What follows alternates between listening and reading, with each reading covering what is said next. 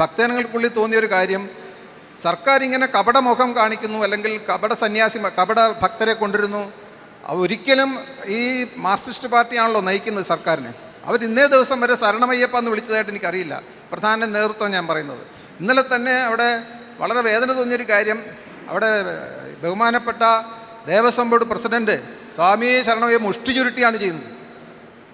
ഈ മുഷ്ടി ചുരുട്ടിയത് ഇവിടുത്തെ ഭക്തജനങ്ങളുടെ നെഞ്ചത്താണ് അവർ കൂട്ടുന്നത്. അതുകൊണ്ട് ഇത് തീർച്ചയായിട്ടും അവരെന്താണെന്ന് അവർ തന്നെ കാണിച്ചു തന്നു.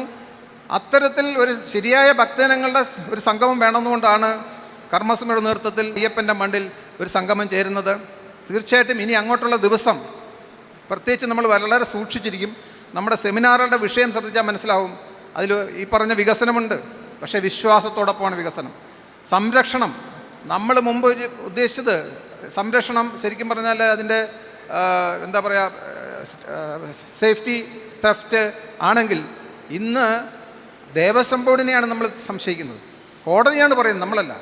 അതുകൊണ്ട് ശബരിമലയുടെ സംരക്ഷണം ജനങ്ങൾ ശ്രദ്ധിച്ചേ മതിയാവൂ എന്നുള്ളത് കൊണ്ട് തീർച്ചയായിട്ടും ഈ സംഗമത്തോടുകൂടി പുതിയൊരു മാറ്റം സമൂഹത്തിൽ ഉണ്ടാകും. അത്രയും മാത്രമേ എനിക്കിപ്പോൾ പറയാനുള്ളൂ.